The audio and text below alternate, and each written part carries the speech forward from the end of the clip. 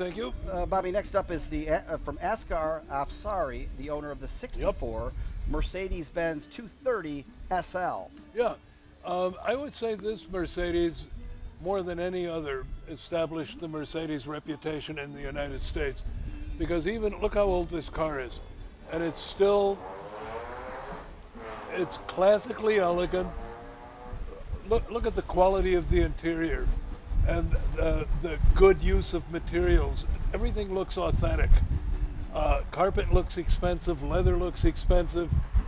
Just a beautifully done car. This was the model known as the pagoda roof model because the roof was actually lower in the center than it was at the right and left side, which was intelligent because you provided more headroom for the driver and passenger.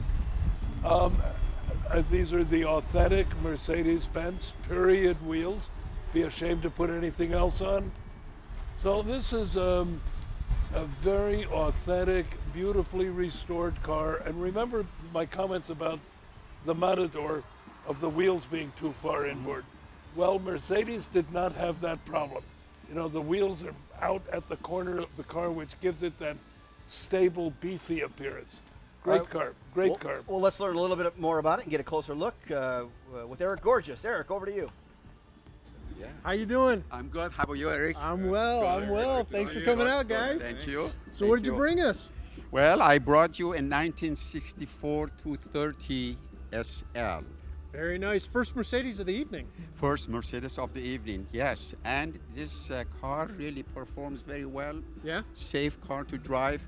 And brakes also, in fact, are working on the road, like today in Woodward. Yeah, so we felt important. absolutely. Somebody says, the look is good.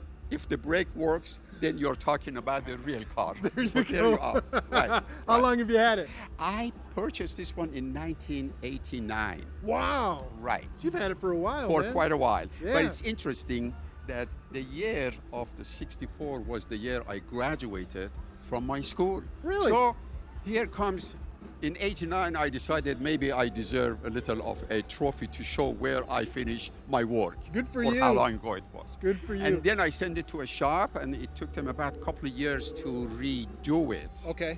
And they put this color and the interior and reassembled the whole thing. And this was about 21 years ago.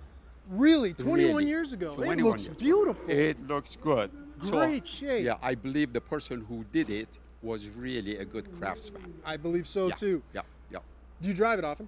I do drive it only in summer, obviously. Okay. And when the weather is guaranteed to be quite good. Right, like right, today, right. which we're lucky. We are. But overall, yes, I do drive it probably about in an area of about maybe 1,000 to 1,200 miles. Wonderful. A year. Yes. Hey, thanks for coming out tonight. Thank you very much. Thank you both. Yes. Have a yes. great cruise. Thanks, Eric. Thank All you. right. Thank All you. right, Fred.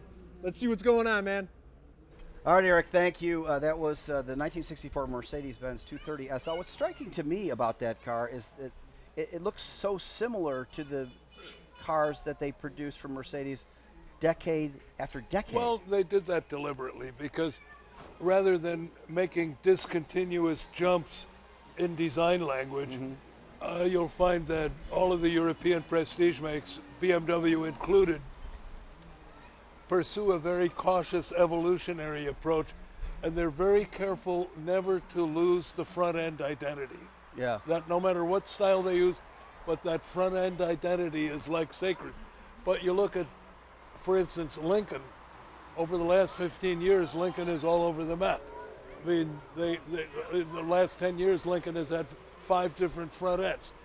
And that's a big mistake. If you're trying to establish yourself in the luxury market, you've got to have the constancy of appearance to where people are constantly reinforced that this is something that lasts. Well, and of course, when you look at the Mercedes as it drives away, it makes it, that aspect makes it very difficult to tell year from year. Oh, yeah. And I mean, you can do too much of that too, you know, to where there's no incentive to buy the new one. So you have to have noticeable change, but you have to maintain the character. And that's a tough one to pull off.